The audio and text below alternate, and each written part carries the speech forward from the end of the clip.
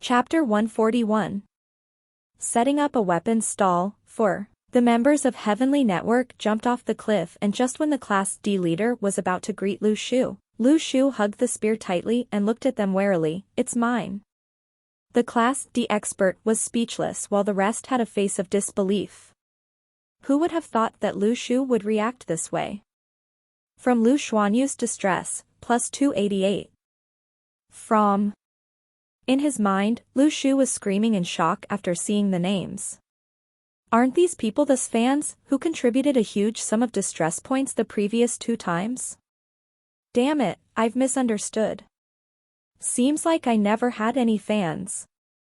Lu Shu finally understood what had happened. Based on the timeline, the first time these people contributed distress points was when he stole the second spear. So they saw. Fortunately, Lu Shu had always controlled his strength at 2,400 kilograms, which was within the range of Class ES. Even if he had occasionally exceeded the range, without professional analysis, it was extremely difficult to determine what class he was. Even though it wasn't easy to reach the peak of your strength right after awakening, Lu Shu had already been in the remains for so many days, so it was hard to say. Luckily Lu Shu was prudent, and under a sure-win circumstance, he didn't use his corpse dog at all, or else things would be ugly. "Are you student Lu Shu?" The Class D expert Lu Xianyu wanted to confirm. Lu Shu was suddenly on high alert. "How do you know?" "2 of your Luocheng Daoyuan schoolmates are up there and they recognized you." "There's no need to be nervous, we're not here to take those spears," Lu Xuanyu said patiently.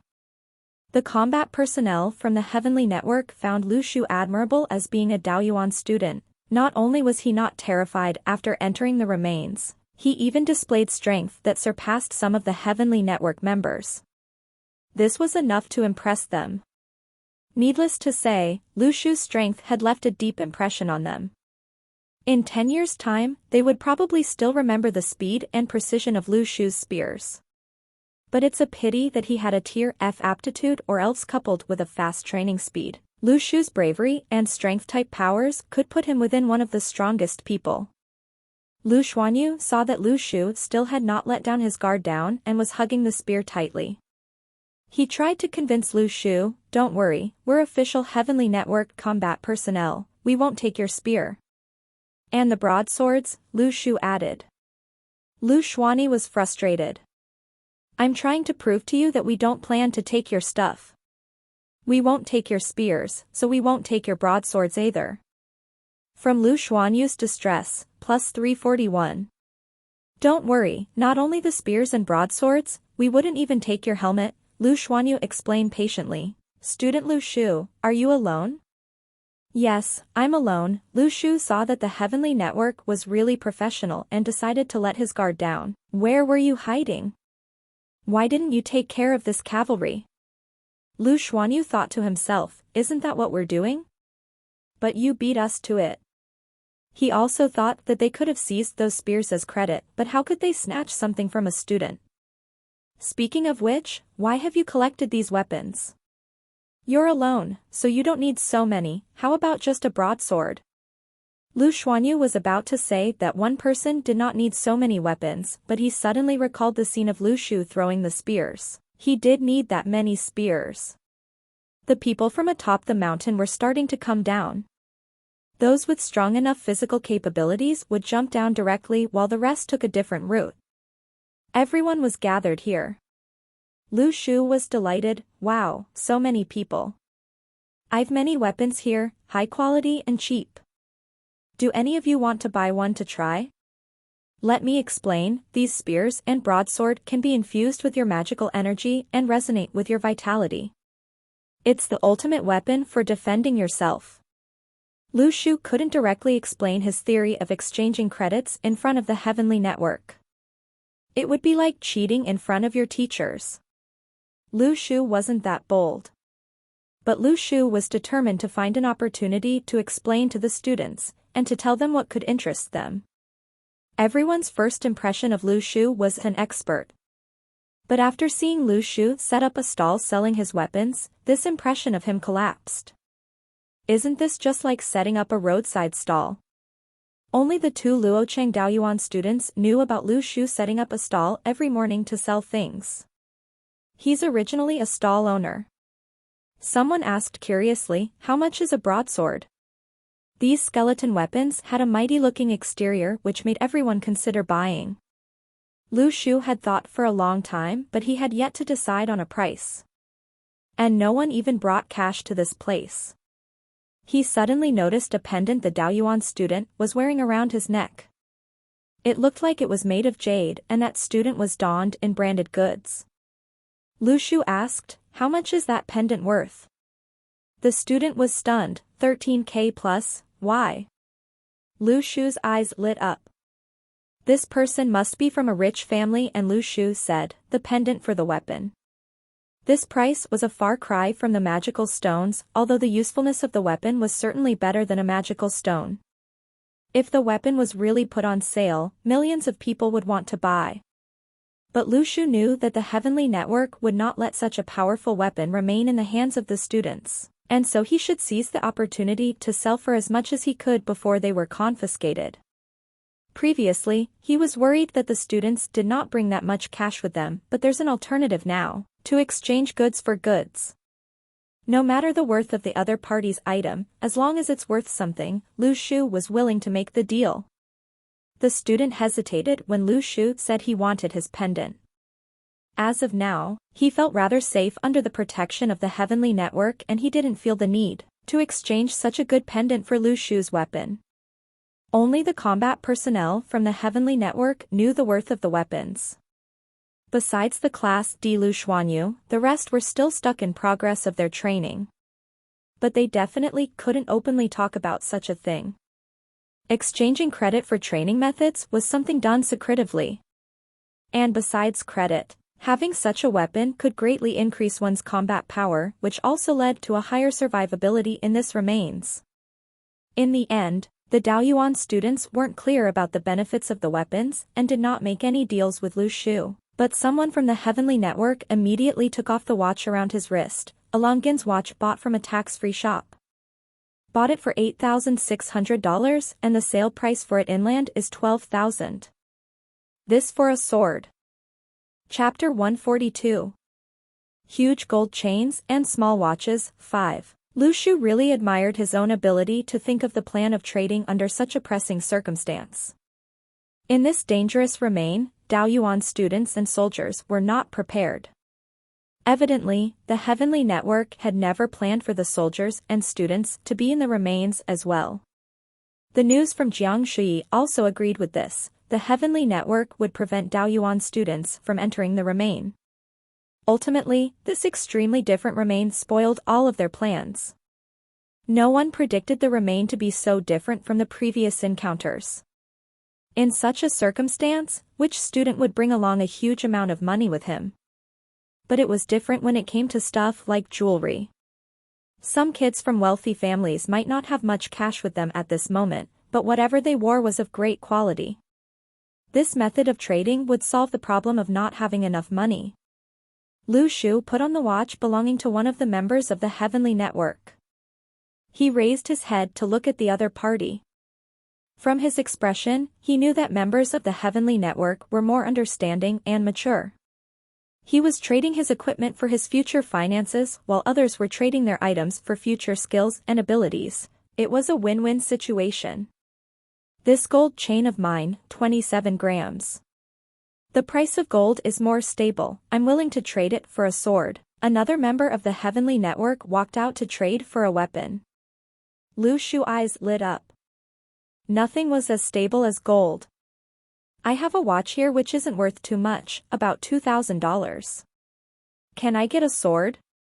This member from the Heavenly Network sounded rather apologetic. After all, the item he was offering was of a much lower price compared to other items.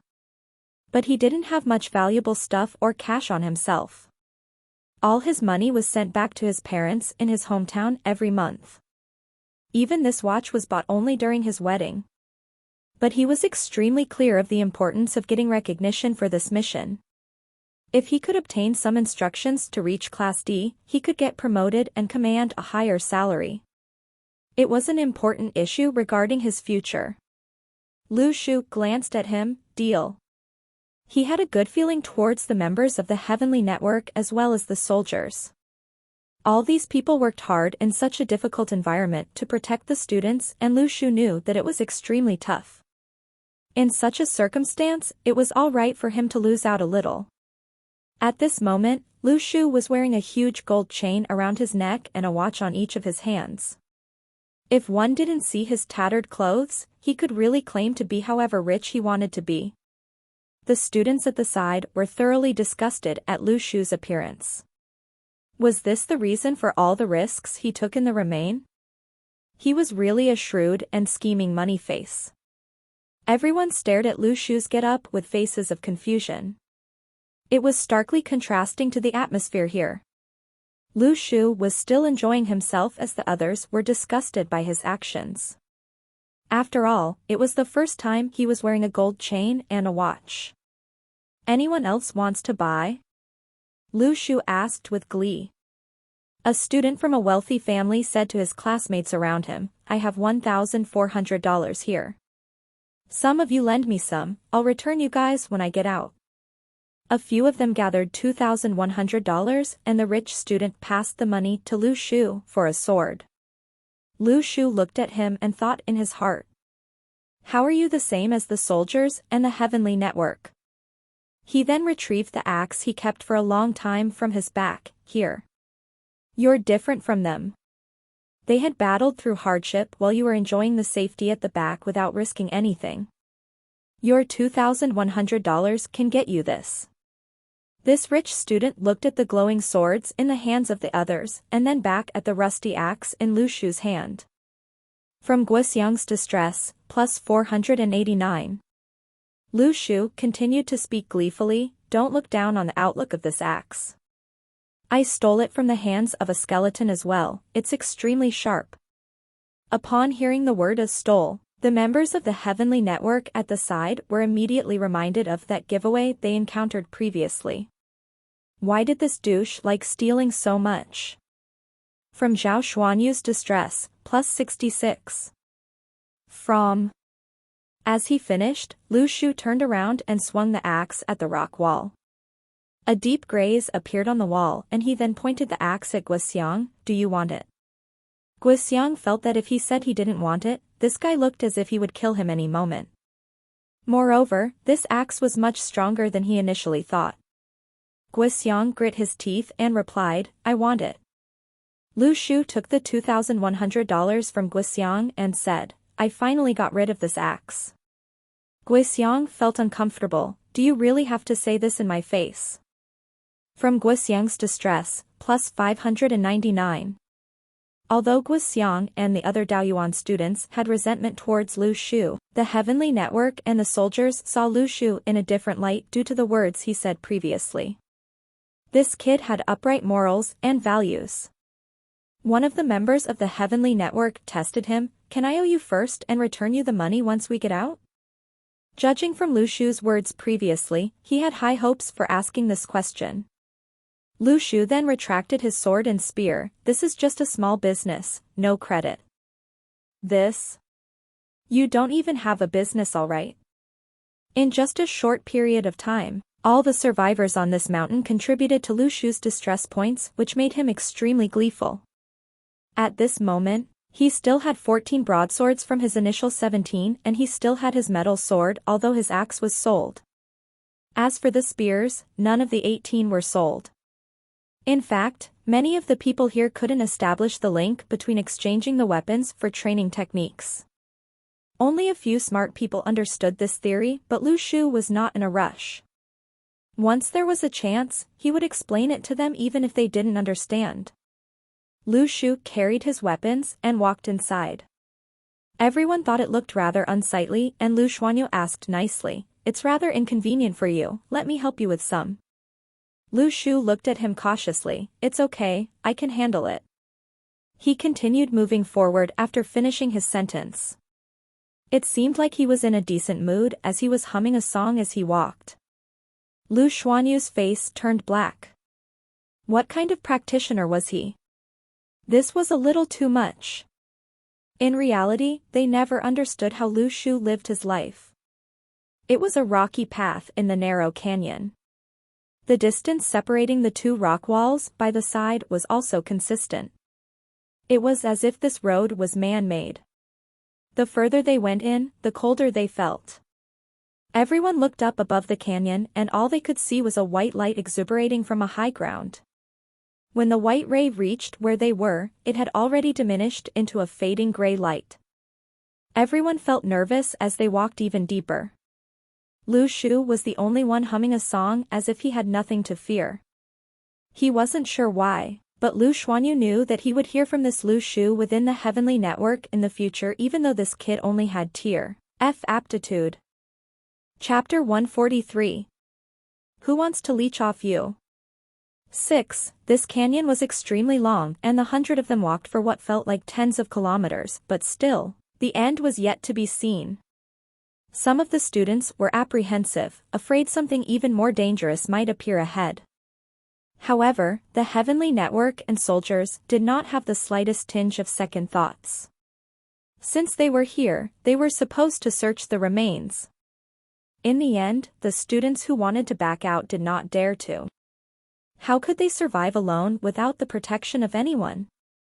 The reason they did not buy weapons from Lu Shu was that they knew they were under protection anyway. Lu Shu then chatted with Zhao Xuanyu with the main purpose of understanding whatever he was unclear of. After all, he had just reached the border of the core of the remain. Only after a chat did he know that most of the people were near the border of the core of the remain and that there were still many survivors, under the protection of the heavenly network and soldiers. In fact, most of the deaths came from soldiers who had the intention to fight but not the ability to back them up during fights. Lu Shu estimated that not too many people were sent to the dry and yellow land he started out in. Thinking carefully, throughout the past few days, although he witnessed some corpses, they were far less than the number of students under protection now. But the problem lies with death itself and there was no avoiding it. It would be troublesome enough to have 1 or 2 normal students dead. Now, it was likely that up to 100 or even a few hundred people could have died. All along, the issue of training wasn't met with many controversies. Everyone had treated this issue openly and parents felt that it was a good thing for their child to be strong and powerful. No one thought of all the potential problems before the emergence of all these dangers and threats. After all, everyone was used to experiencing peaceful times. It had been peaceful for too long. But once these parents suddenly find out that training was a matter of life and death, they would be extremely worried for their children. Who would want their children to be sacrificial pawns in battle? Under these circumstances, there would be a conflict of ideals between the heavenly network's Daoyuan class and parents. Apart from the issue of the potential commotion that's going to be caused by this remain, many parents would want their children to leave Daoyuan class. Even if they could not be practitioners in this life, it was worth it as life itself was priceless.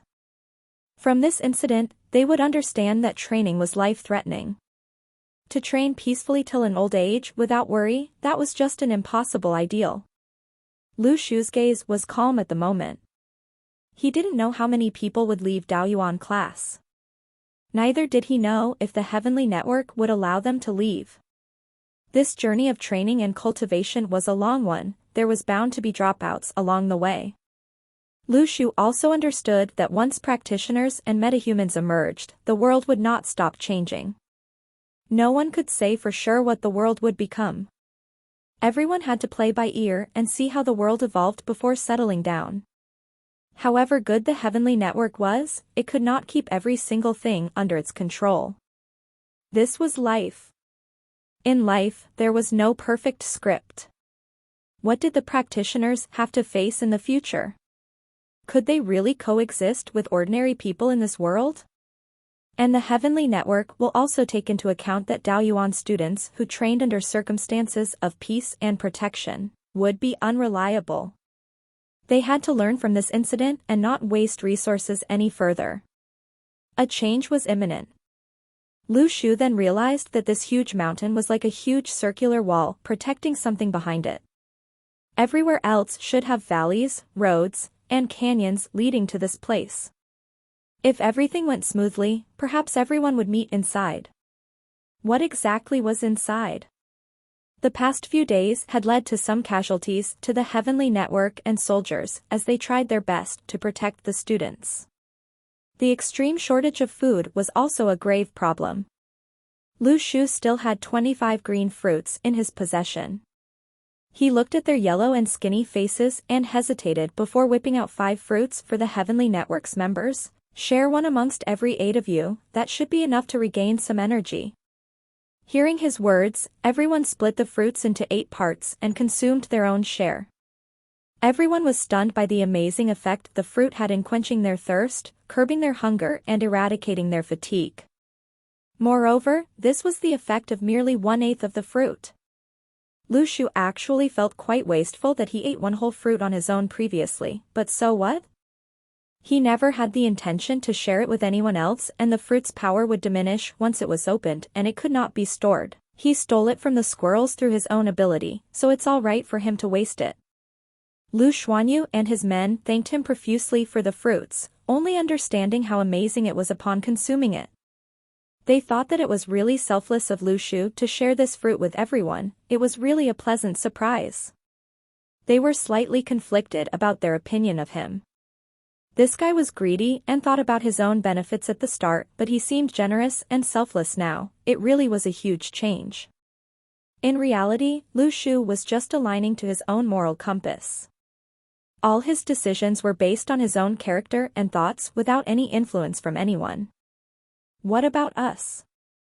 Some Daoyuan students stared at Lu Shu's bag behind him intently. It was obvious that there were more fruits inside. Yeah. Why do we not have any? One of them was rather angry, as if he was sidelined. Lu Shu spoke slowly. Why do you guys not have any? Don't you guys have any idea? Never mind the class Fs, those class Cs amongst you have been hiding under protection and you still have the cheek to want to eat? Such leechers. Who wanted to leech off you? Lu Shu's last sentence stunned everyone. From Guoxiang's distress. These students were mostly from wealthy families. Looking at others eating the magical fruit enviously, they realized that they couldn't hold it in any longer. One of the students took off his watch from his wrist, Omega. Bought for $31,000. Give me 3 fruits. Lu Shu eyed this douche. He really did not understand why this guy was willing to give up such an expensive watch for food instead of a weapon earlier. Did everyone have different priorities? Chapter 144. Corpse Dog. 7. But no matter what, if the other party wanted the exchange, Lu Shu would make the deal. Lu Shu had never heard of the Omega brand of watches. Not to mean that other people's goods were fake, but Lu Shu had no experiences with luxury goods. 1 watch for 31K. He couldn't comprehend the rich people's world. Even as he now obtained the watch, the first thought he had was to sell it to buy Lu Xiaoyu food. If this went on, they both could finally travel.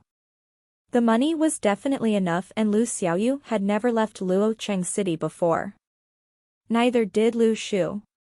Lu Shu was handed the watch, and when everyone thought he was going to keep it in his pocket, Lu Shu wore it on his left arm.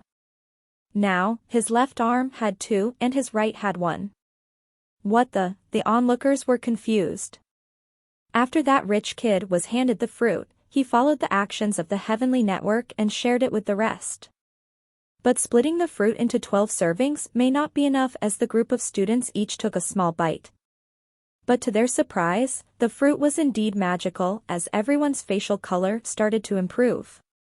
Someone compared the generous rich kid to Lu Shu. The rich kid had not been through battles or been on the run much. Although his body was still a little dirty, his appearance was much better off than Lu Shu. After all, he still had his shoes on. While Lu Shu appeared ragged and there were black and gray patches all over his face. Even his shoes were missing. Compared to the rich kid's generosity, Lu Shu was stingy. From the student's point of view, the rich kid was more likable and girls would definitely like this type. Wearing a $30K plus watch in high school, everyone could guess that his family must be extremely wealthy. A girl was enraged. What a stingy man. Our Hao Jichao is still more generous. What's wrong with people these days? So desperate for money. Hao Jichao was the rich kid. After what the girl said, the Daoyuan students all had a feeling that they were facing a common enemy. Thinking about it, if Hao Jichao didn't exchange his watch for the fruit, everyone would still be starving. Lu Shu was delighted. As he observed his income updates, he asked, "What's wrong with being rich?" The girl stared with anger. "Can money buy happiness?" Lu Shu shook his head. "You must have never been poor enough to understand. To me, money is happiness." Lu Xuanyu was in deep thought. He was starting to develop an interest in this student. Through the two Luochang Daoyuan students, he understood that Lu Shu was an orphan and used to sell eggs for a living while now he was selling stinky tofu. He understood Lu Shu's words and even felt that this teenager was much tougher than those incubated flowers. Parents these days were too incompetent in educating their next generation. Giving their children whatever they wanted wasn't exactly beneficial. At this moment, 2 more students came out and removed their gold necklace and watch for 6 more fruits. Lu Shu gauged the weight of the gold necklace. "This is at most worth half a fruit. It too thin." "And how much is this watch worth?" "Bought it for 4,000. I can give you guys 1 fruit at most." "Deal?" The 2 students thought for half a day. "Deal." Lu Shu had 25 fruits originally and had given the Heavenly Network 5, Hao Jichao 3 and 1 more this time. He had 16 left. He was planning to continue his fruits business and any remaining ones, he would eat them or bring them back for Lu Xiaoyu. He wasn't sure if the fruits could be brought out. This stuff was different from weapons as they did not have any killing capabilities. And didn't Li Yixiao promise to cover for him? At worst he could talk to Li Yixiao as this stuff wasn't harmful to society.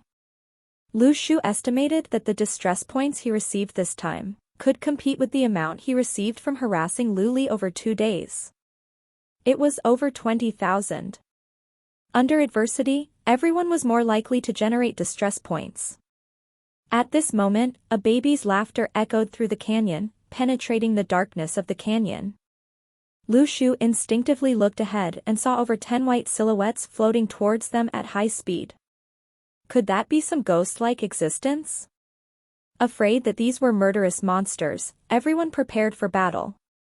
The ghost-like figures floated closer and closer and it became clear that they were individually fierce-looking, white, floating heads. They suddenly accelerated and pounced on the group of people. Lu Xuanyu was standing at the very front and pointed his spear towards the sky, which was now emitting a green glow. All the other Heavenly Network experts prepared themselves. All of a sudden, the corpse dog within Lu Shu's celestial map started to vibrate and the cluster of stars started shimmering at a faster pace. Lu Shu was surprised and immediately suppressed the corpse dog. With so many Heavenly Network members around, how could he let it out? In the next moment, the ghost heads that had pounced at Lu Shu and the rest suddenly turned around and fled, giving off a screech of fear. This scene confused everyone. Why run? Is this a joke? No one knew about the happenings within Lu Shu's body. Lu Shu suddenly recalled the incident where he destroyed Lu Xiaoyu's conjured pig. He did not doubt the fact that the same thing would happen if his corpse dog came into contact with the Class D expert Lu Xiaoyu had conjured. Could it be that the corpse dog was the nemesis of souls? Lu Shu was stunned. This was a feature he had never considered and he always passed it off as that his corpse dog was just that powerful. But after what just happened, it seemed like ghosts were not afraid of the spears. Lu Xuanyu's spear was taken from the skeleton squad and no different from his. Damn, Lu Shu felt a sudden excitement and thought that he could face any souls-related beings without fear. He and Lu Xiaoyu were discussing if ghost-like beings would appear in this world and both of them agreed that there's such a possibility. They then started discussing where these beings would be powerful. Based on the current situation, no matter what kind of ghosts, they would be annihilated. Corpse dog, this was the first of the 7 souls of instinct, the corpse dog of joy. Lu Shu subtly checked out the rest of them and realized that they had not suspected him, and he finally relaxed. He was hoping that everyone would look at him as a strength-type meta-human identity, and about his celestial map, no one could ever know. Chapter 145. Chao Qingxi 8. If Lu Shu's actual aptitude was one of his closely guarded secrets, then his system and celestial map were secrets which he had to conceal no matter what. Till this day, he still did not understand the use of that flame in his heart. The little sapling on his palm grew along with his strength, and now there were leaves on it as well. Lu Shu wasn't sure what the flame would turn into. He didn't know what the sapling on his palm would become when he completed lighting up all the stars. The only thing he could do now was to wait patiently and keep all his secrets close to his heart. That scene made Lu Shu raise his guard once more. Lu Shu realized that the secrets within his body were far greater and deeper than what he had imagined. Luckily, there were so many people here, so there was no need to exhibit so much of his strength. As they walked to the end of the canyon, they could hear human noises from inside, and they sounded as if they were rather relaxed. Everyone approached with a face of jubilation. This canyon was really too long, approximately tens of kilometers. Moreover, it was extremely constraining. Hearing humans talk all of a sudden, of which some of the voices belonged to familiar classmates, was a really pleasant surprise. Someone appeared in front of them and shouted excitedly, "There are people from this road too." Within the canyon, someone exclaimed, "It's my friend's voice." They sped up ahead towards the exit of the canyon. As they left the canyon, they suddenly felt the world brighten up. The entire heart of the remains was like a patio. Above them was the beautiful sky with magnificent rays from the sun. No one knew how high this circular, surrounding mountain was. It was extremely hard to scale it. And at the heart of the remains was a huge circular pothole which was unknowingly deep. It seemed like it was leading straight into the deepest parts of the earth, as if it was a route to hell. Apart from this pothole, there wasn't any other strange sighting. The heart of the remains was as big as a few football fields. There were already thousands of people here, and Lu Shu was rather overwhelmed. It was as if they were back at the military base in empty Beimang. Everyone was constrained by the weird environment for a long time and couldn't resist showing some joy when they saw so many people. Humans were sociable creatures who loved company. A horror film was a horror film when one watches it alone, but in a group, a horror film could sometimes turn into a comedy. A few thousand people were gathered together, and everyone suddenly realized that not too many people died and that they were not alone. Everyone was here, and with unity comes strength. It was as if they could overcome their fear with unity. Lu Shu saw that everyone was far away from that pothole in the center, perhaps fearing something might come out of it. Only a girl's rear view could be seen near the pothole. She had a spear and a sword with her, and she sat there calmly, as if she wanted to investigate what was inside. He suddenly recognized that girl. Chao Qingxi. At this moment, that prodigy with tier aptitude exuded a calm and collected aura. Her aura was still as majestic even after not seeing her for a few days. Just then, the student by his side started chatting with his old friends he just met. "Were there skeleton soldiers blocking your route? How did you guys get past the skeleton squad? We were terrified at the start. When we just entered the remains, there was a skeleton squad right by our side. 2 men from the Heavenly Network died, and at that moment, we thought we'd all die. Luckily, that girl called Chao Qingxi sprung into action, and she was amazingly stronger than the experts in the Heavenly Network." The guy who was speaking looked towards Chao Qingxi with a strange expression before continuing. "She killed 8 skeleton horsemen alone in battle. All the skeletons slowed down extremely when they got near her. I only knew about her when some Luo Cheng students told me afterward that she was Luo Cheng's sole student with tier aptitude. Thinking about it now, she must have awakened as well." Everyone around gasped. She had tier aptitude and she awakened? Together with her aptitude, her awakening would make her much stronger. How strong was she exactly? Many people looked towards Chao Qingxi's back in awe. This was a true expert. And she was a girl, she was absolutely a goddess. In reality, Chao Qingxi was already like that in Luo Chang. Everyone around her wanted to be friends with her, but she was just too quiet. She always exuded an unfriendly feeling and that she was always very distant. Just like now, even though she was greatly admired and talked about within this group of people, she was just standing quietly near the pothole. She was totally different from everyone else. Speaking of which, did you steal this sword? One of the students who traveled with Lu Shu asked enviously. No. Chao Qingxi distributed them to us after the skeletons were wiped out.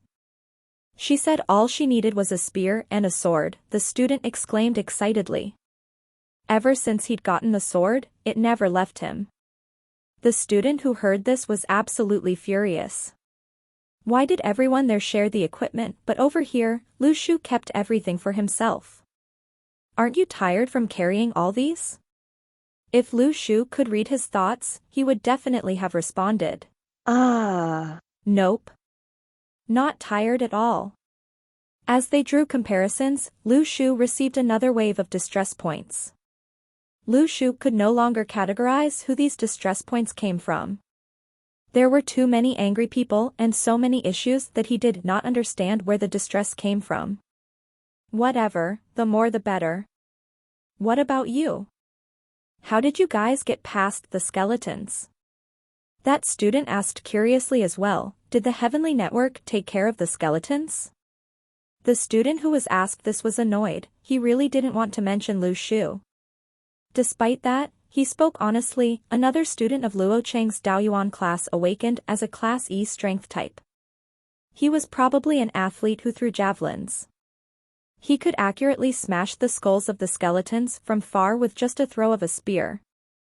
He didn't explain the other details as he didn't have the slightest will to mention it. He absolutely hated Lu Shu. He didn't mention Lu Shu's stealing of the spears. Neither did he talk about how the spears smashed the skulls into dust. And of course, he didn't mention Lu Shu's heroics of killing 9 skeletons on his own. He did not even mention the shock he felt when he witnessed Lu Shu's capabilities. Although he didn't mention the shock due to his hate for Lu Shu, the memory of Lu Shu's lightning bolt spears was deeply etched in his mind.